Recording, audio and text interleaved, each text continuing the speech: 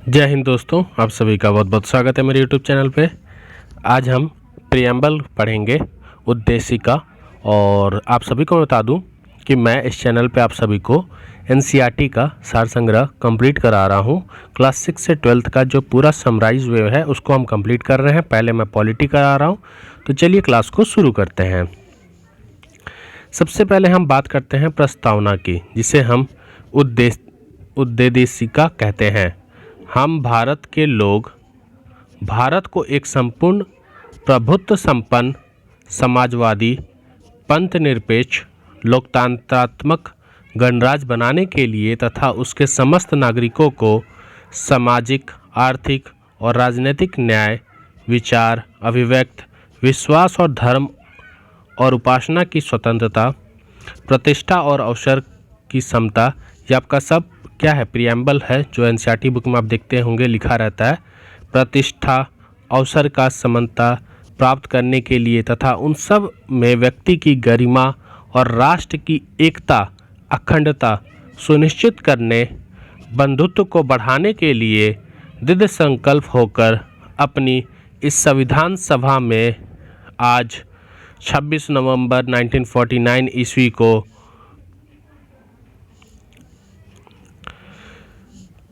एकता द्वारा इस संविधान को एक अंग्रित, अधिनियमित और असमर्पित करते हैं।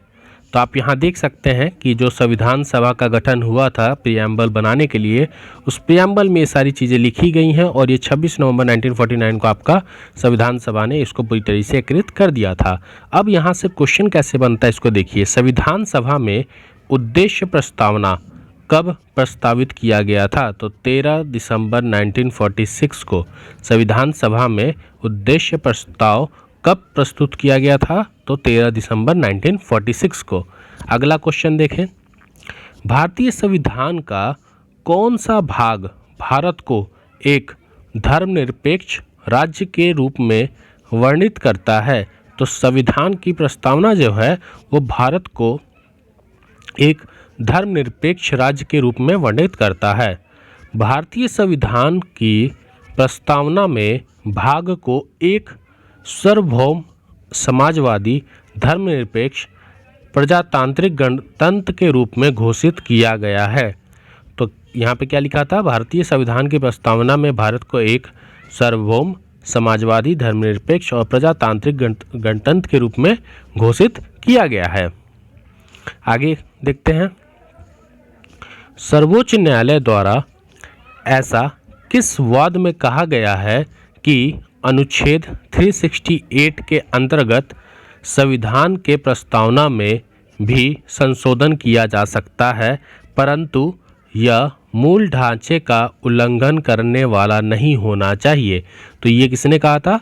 केशवानंद भारती। जो विवाद हुआ था उसमें सर्वोच्च न्यायालय ने ये बात कही थी, क्या कि अनुच्छेद 368 के अंतर्गत संविधान के प्रस्तावना में भी संशोधन किया जा सकता है, परंतु ये मूल ढांचे का उल्लंघन नहीं है। याद रखिएगा, 1973 केशवानंद भारती वाद। भारतीय संविधान का कौन सा भाग संविधान की आत्मा, सोल ऑफ इंडियन कॉन्स्टिट्यूशन कहा जाता है? तो वो है आपका प्रियम्बल, उद्देशिका। कल्याणकारी राज्य वेलफेयर स्टेट को उद्देश्य अधिकतम जनसंख्या के लिए अधिकतम कल्याण सुनिश्चित करना होता है। तो वेलफेयर स्टेट का उद्देश्य होता है अधिकतम जनसंख्या के लिए अधिकतम कल्याण सुनिश्चित करना होता है। आगे अगर हम बात करें, भारत एक गणतंत्र है, रिपब्लिक है, इसका क्या अर्थ है? भारत में वंशानुगत शासन नहीं है। तो भारत में वंशानुगत जो शासन होता है वो नहीं है। इसका मतलब मैं बता देता हूँ वंशानुगत शासन का, कि सपोज यहाँ पे राजा है, इसका बेटा वंश जो हुआ वो भी राज्य करेगा, फिर इसका वंश जो हुआ वो भी राज करेगा। ऐसा सिस्टम हमारे देश में नहीं है। क्लियर? आगे बढ़ते हैं। भारत के संदर्भ में धर्मनिरपेक्ष शब्द का सही भाव क्या है? तो भारत में राज्य का कोई धर्म नहीं है, इसीलिए हम भारत को एक धर्मनिरपेक्ष देश कहते हैं। उद्देशिका में सम्मिलित सामाजिक, आर्थिक, राजनीतिक न्याय के तत्व किसमें संबंधित हैं? तो 1917 की रूसी क्रांति से ये संबंधित है।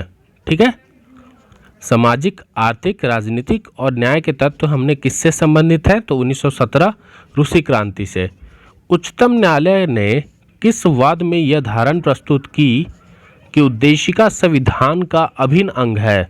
तो उद्देशिका संविधान का अभिन्न अंग है, ये उच्चतम न्यायालय ने किस वाद में इसको कहा था? तो ये कहा था एस.आर. बोमोई बनाम यूनियन ऑफ इंडिया, एस.आर. बोमोई बनाम यूनियन ऑफ इंडिया। आगे बढ़ते हैं। सभी व्यक्ति पूर्णतः और समान रूप से मानव हैं, यह सिद्धांत जाना जाता है किसका? तो सार्वभौमिकता का।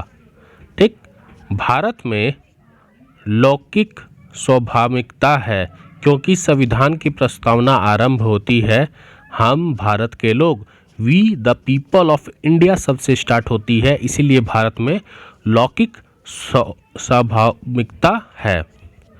लोक कल्याण शब्द भारत के संविधान की उद्देशिका में नहीं है, बल्कि ये राज्य के नीति निर्देशक तत्व का भाग है। तो याद रखिएगा, लोक निर्माण जो शब्द है वो भारत के संविधान के उद्देशिका में नहीं है, बल्कि ये राज्य के नीति निर्देशक तत्व का भाग है।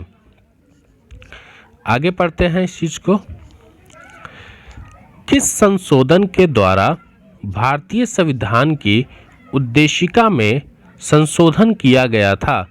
तो जो हमारा 42वां संविधान संशोधन है, उसके द्वारा भारतीय संविधान की उद्देशिका में क्या किया गया था? संशोधन किया गया था। भारतीय संविधान की प्रस्तावना में जिन आदर्शों, उद्देश्यों की रूपरेखा दी गई है, उनका विस्तार कहाँ है? तो मूल अधिकारों, राज्य की नीति निर्देशक सिद्धांत, मौलिक कर्तव्यों के अध्याय में है। ठीक है, राज्य का सबसे महत्वपूर्ण तत्व क्या है? तो संप्रभुता। संप्रभुता जो है वो राज्य का सबसे महत्वपूर्ण तत्व है। आगे बढ़ते हैं। समाजवादी, जिसे आप सोशलिस्ट कहते हैं, अखंडता, इंटीग्रिटी, पंथ निरपेक्ष, सेकुलर शब्द संविधान की प्रस्तावना में किस संशोधन से सम्मिलित किया गया था? तो 42वां संविधान संशोधन। याद रखिएगा, जो 42 संविधान संशोधन हुआ था उसके तहत समाजवादी, सोशलिस्ट, इंटीग्रिटी, अखंडता और पंथ निरपेक्ष, सेकुलर शब्द को प्रस्तावना में संशोधन या उसे ऐड किया गया था। उद्देशिका को राजनीतिक जन्म पत्री, पॉलिटिकल हॉरोस्कोप की संज्ञा किसके प्रदान की गई थी? तो के.एम. मुंशी जी के द्वारा ये कहा गया था कि जो हमारी उद्देशिका है ये राजनीतिक जन्म पत्री है या पॉलिटिकल हॉरोस्कोप है। प्रस्तावना संविधान का अंग नहीं है। उच्चतम न्यायालय ने यह मत किस वाद में व्यक्त किया था कि प्रस्तावना संविधान का अंग नहीं है? तो ये बेरूबारी संघ मामले में 1960 में जो बेरूबारी संघ मामला हुआ था उसमें ये कहा गया था उच्चतम न्यायालय के द्वारा कि प्रस्तावना संविधान का अंग नहीं है। लेकिन उसके बाद जब केशवानंद भारती केस हुआ तो उसमें उन्होंने कहा था कि ये संविधान का अंग है। संविधान निर्माण में महत्वपूर्ण भूमिका निभाने वाले संविधान सभा के सदस्य सर अलिद कृष्णस्वामी अय्यर के अनुसार संविधान की प्रस्तावना हमारे दीर्घकालिक सपनों का विचार है। तो किसके अनुसार? सर अलिद कृष्णस्वामी अय्यर के हिसाब से संविधान की जो प्रस्तावना है वो हमारे दीर्घकालिक सपनों का क्या है? विचार है। आगे देखते हैं। गोकलनाथ बनाम पंजाब राज्य के मामले में न्यायमूर्ति एम. हिदायतुल्ला ने उद्देशिका को संविधान का मूल आत्मा कहा है। तो उद्देशिका को संविधान का मूल आत्मा किसने कहा था? तो न्यायमूर्ति हिदायतुल्ला ने कहा था। कब? पंजाब, गोकलनाथ बनाम पंजाब राज्य, जब गोकलनाथ बनाम पंजाब राज्य का केस हुआ था तो उस टाइम पे जो न्यायमूर्ति थे हमारे एम. हिदायतुल्ला जी, उन्होंने उद्देशिका को संविधान का मूल आत्मा कहा था। ये क्लियर? अब आते हैं दूसरे टॉपिक पे। आज के दूसरा टॉपिक है हमारा संघ एवं राज्य क्षेत्र, यूनियन एवं टेरिटरी। चलिए इसको भी स्टार्ट करते हैं और इसे कंप्लीट करते हैं। अनुच्छेद 1 का क्लॉज 3 भारत के राज्य क्षेत्र में निम्न क्षेत्र शामिल होंगे: राज्यों के राज्य क्षेत्र, संघ राज्य क्षेत्र, ऐसे अन्य राज्य क्षेत्र जो अर्जित किए जाएंगे। अनुच्छेद हमारा जो 1 का क्लॉज 3 बोलता है कि भारत के राज्य क्षेत्र और निम्न क्षेत्र जो भारत में शामिल हो सकते हैं वो आपके ये हैं। भारतीय संघ के अंतर्गत किसी राज्य को सम्मिलित करने का अधिकार किसके पास प्राप्त है? तो संसद के पास प्राप्त है। संविधान के प्रथम अनुच्छेद के अनुसार भारत होगा राज्यों का संघ। तो भारत कैसा है? राज्यों का संघ है। किसके अनुसार? प्रथम अनुच्छेद के अनुसार। भारत में कितने राज्य और संघीय प्रदेश हैं? तो भारत में 28 राज्य और 8 संघीय प्रदेश है, जिसमें राष्ट्रीय राजधानी क्षेत्र को भी सम्मिलित है। लोकसभा में केंद्र शासित प्रदेशों के लिए अधिकतम कितनी सीटें आरक्षित हैं? तो 20 सीटें आरक्षित हैं लोकसभा में। तो याद रखिएगा, लोकसभा में केंद्र शासित प्रदेशों के लिए अधिकतम कितनी सीटें आरक्षित हैं? तो 20 सीटें आरक्षित हैं। आगे बात करते हैं। 2 पृथक केंद्र शासित प्रदेशों के रूप में जम्मू कश्मीर का विभाजन कब किया गया था? तो 31 अक्टूबर 2019 को जम्मू कश्मीर का विभाजन किया गया था 2 पृथक केंद्र में, आपका एक कश्मीर और दूसरा लद्दाख। संघ एवं इसके राज्य क्षेत्र से संबंधित अनुच्छेद, ठीक है। तो आइए देखते हैं। पहला है विषय वस्तु अनुच्छेद का संघ एवं क्षेत्र के नाम। दूसरा है नए राज्यों के प्रवेश अथवा स्थापना का संसद का अधिकार। तीसरा है नए राज्यों की स्थापना तथा वर्तमान राज्यों के क्षेत्रफल, सीमा अथवा नामों में परिवर्तन। तो अनुच्छेद 3 के थ्रू ही जम्मू कश्मीर का क्या किया गया था? नामों का परिवर्तन और चेंजेस लाए गए थे। चौथा कहता है अनुच्छेद 2 और 3 के अंतर्गत बनाए गए कानून जिनके द्वारा पहली तथा चौथी अनुसूची एवं पूरक अनुसांगिक एवं अनुवर्ती, जिसे हम कॉन्स्टिट्यूशनल मामलों में संशोधन किया जा सकता है। तो हमारा अनुच्छेद 4 क्या कहता है, इसको थोड़ा ध्यान से समझिएगा। अनुच्छेद 4 हमारा कहता है कि अनुच्छेद 2 एवं 3 के अंतर्गत 2 और 3 के अंतर्गत बनाए गए कानून जिनके द्वारा पहली और चौथी अनुसूची एवं पूरक अनुसांगिक एवं अनुवर्ती मामलों में संशोधित किया जा सकता है। क्लियर? तो हमने 4 अनुच्छेद के विषय वस्तु को पढ़ा।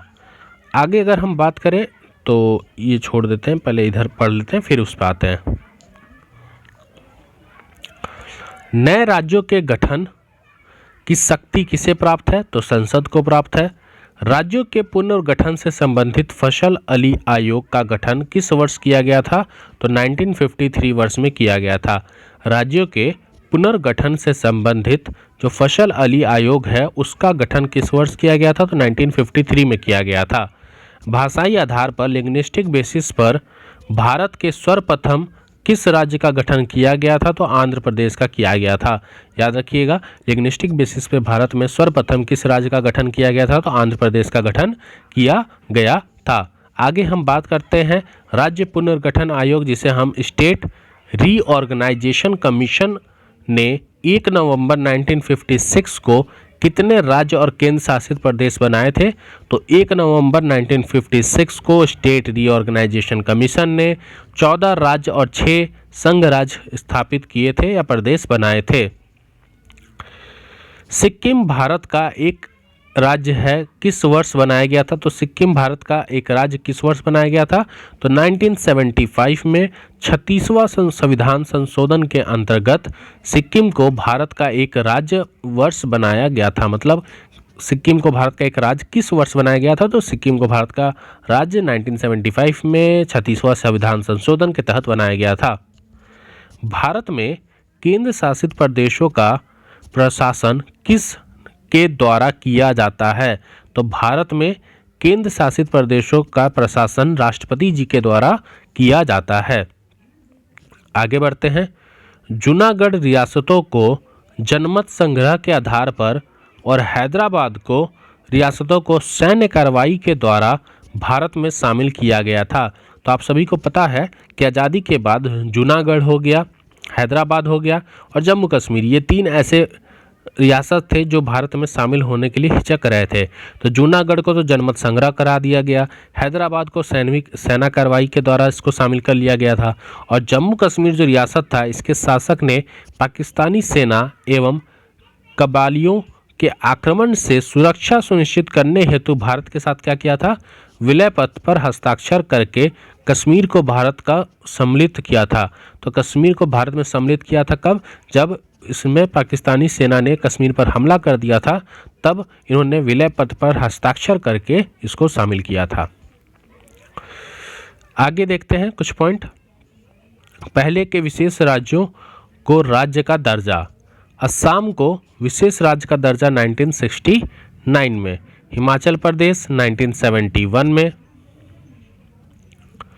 अच्छा, यहाँ पर राज्य का दर्जा दिया है, पहले के जो विशेष राज्य थे उनको राज्य का दर्जा कब मिला, तो असम को राज्य का दर्जा 1969 में, हिमाचल प्रदेश को 1971 में, मेघालय को 1972 में, सिक्किम जो अभी क्वेश्चन ऊपर था 1975-76 में, अरुणाचल प्रदेश को राज्य का दर्जा 1986-87 में, नागालैंड को 1969 में, मणिपुर को 1972 में, मिजोरम की बात करें तो 1986-87 में और त्रिपुरा को 1972 में। तो ये कुछ ऐसे राज्य हैं जो पहले विशेष राज्यों का दर्जा प्राप्त था, बाद में इनको राज्य का दर्जा प्राप्त हो गया।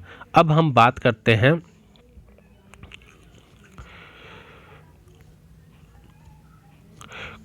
क्षेत्रीय परिषद, जोनल काउंसिल। तो सबसे पहले हम परिषद का नाम, इसका मुख्यालय और सम्मिलित राज्य एवं संघ राज्य क्षेत्र के बारे में पढ़ेंगे। ठीक है, चलिए सबसे पहला बात करते हैं उत्तरी क्षेत्रीय परिषद। उत्तरी क्षेत्रीय परिषद का मुख्यालय न्यू दिल्ली में है और अगर हम इसमें राज्य की बात करें तो जम्मू कश्मीर, लद्दाख, हिमाचल प्रदेश, हरियाणा, पंजाब, राजस्थान, दिल्ली और चंडीगढ़ है। दूसरा है हमारा केंद्रीय क्षेत्रीय परिषद, तो इसका मुख्यालय प्रयागराज में है। इसमें उत्तर प्रदेश, उत्तराखंड, मध्य प्रदेश और छत्तीसगढ़ राज्य आते हैं। पूर्वी क्षेत्रीय परिषद की बात करें तो इसका मुख्यालय हमारा कोलकाता में है। बिहार, झारखंड, पश्चिम बंगाल, उड़ीसा और जो सिक्किम राज्य हैं वो हमारे किस में आते हैं, पूर्वी क्षेत्रीय परिषद में आते हैं। अब आगे बात करें पश्चिमी क्षेत्रीय परिषद, तो इसका जो मुख्यालय है वो मुंबई में है। गुजरात, महाराष्ट्र, गोवा, दादर एवं नागर हवेली तथा दमन एवं दीव ये आपके पश्चिम क्षेत्रीय परिषद में आते हैं। और लास्ट है हमारा 5वां दक्षिणी क्षेत्रीय परिषद, जिसका हेडक्वार्टर चेन्नई में है और इसमें आंध्र प्रदेश, कर्नाटका, तमिलनाडु, केरल, पुडुचेरी और तेलंगाना राज्य आते हैं। तो ये हमने क्या पढ़ा, ये हमने क्षेत्रीय परिषद के बारे में पढ़ा। कितने हैं, 5 हैं। सबके मुख्यालय हमने देखे। दिसंबर 1953 में फजल अली की अध्यक्षता में 3 सदस्यीय राज्यों का पुनर्गठन आयोग किया गया था।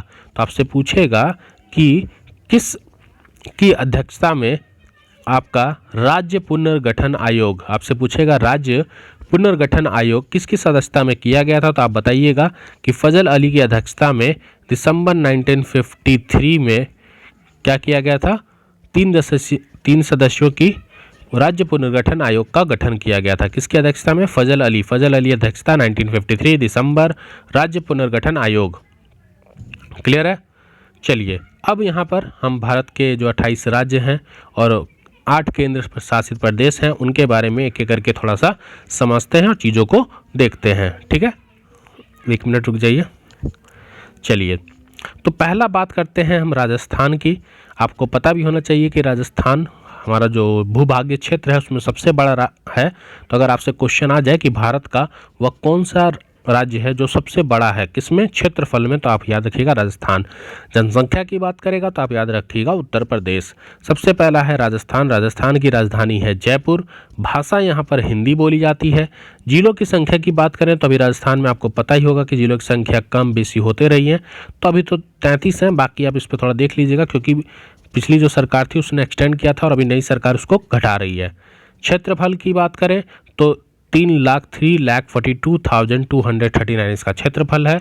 अब भारत के अगर कुल क्षेत्रफल की हम बात करें तो ये कितना है, 10.41% है। तो यहाँ पर परसेंट बता रहा है कि कितना परसेंट हमारे देश का, 10% क्षेत्रफल है। दूसरा बात करें मध्य प्रदेश की, तो मध्य प्रदेश की राजधानी भोपाल है। भाषा यहाँ पर हिंदी बोली जाती है। जिलों की संख्या यहाँ पे 52 है। जिलों की संख्या अगर आप स्टेट पीएससी दे रहे हैं तो थोड़ा सा आपके दिमाग में याद होना चाहिए बस।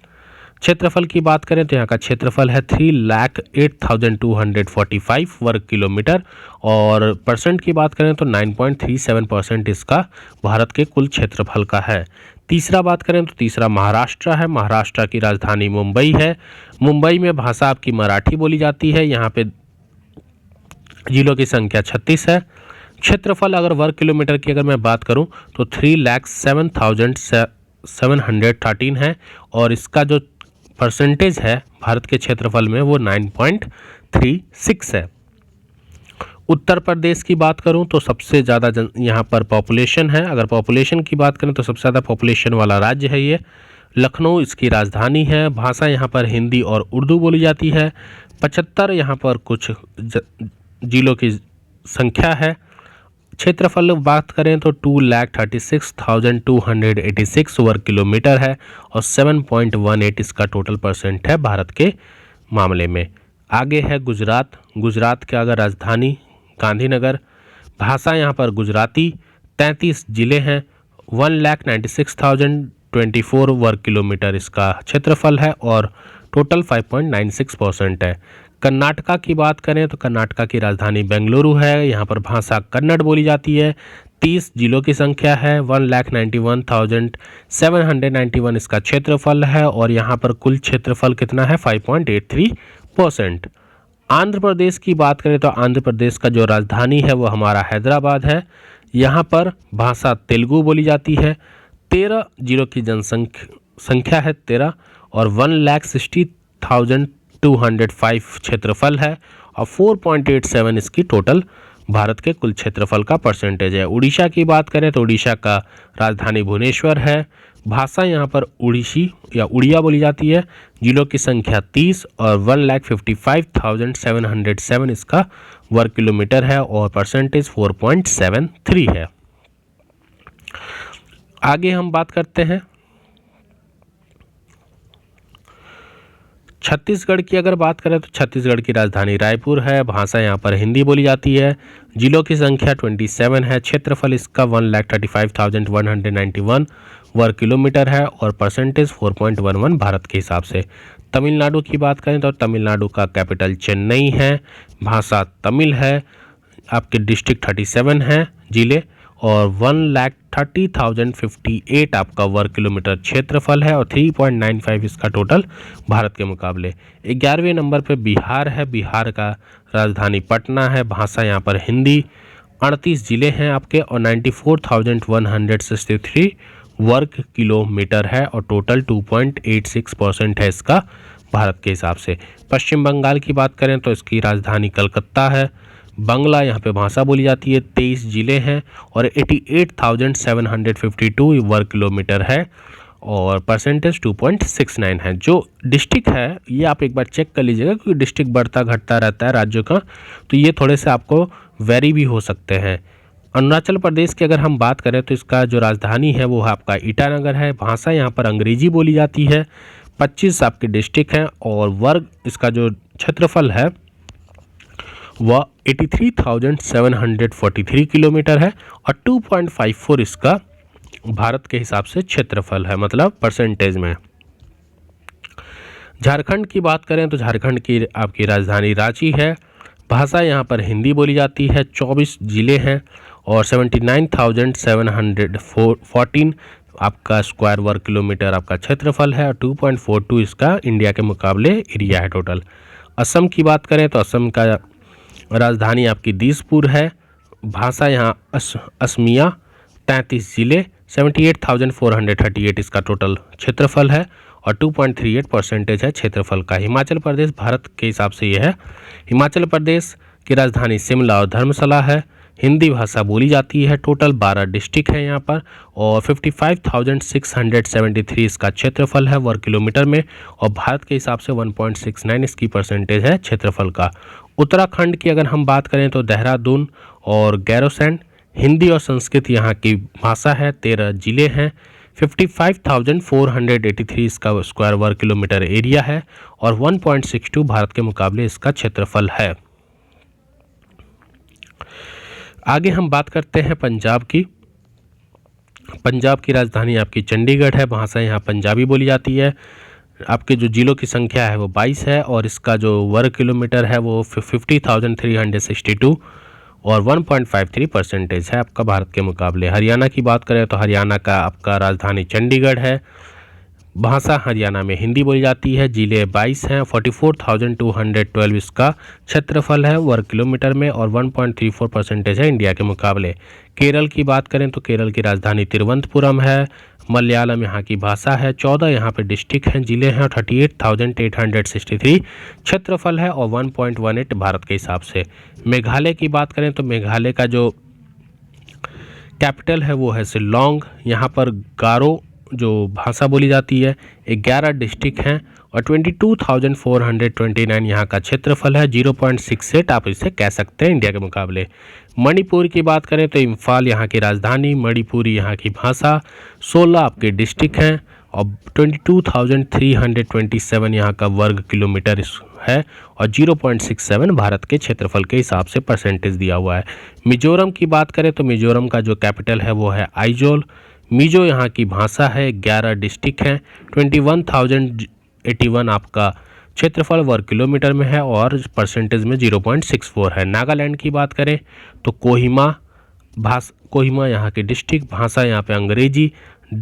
जिलों की बात करें तो 11, क्षेत्रफल वर्ग किलोमीटर की बात करें तो 16,579 है और भारत के हिसाब से यहाँ कितना है परसेंटेज 0.50।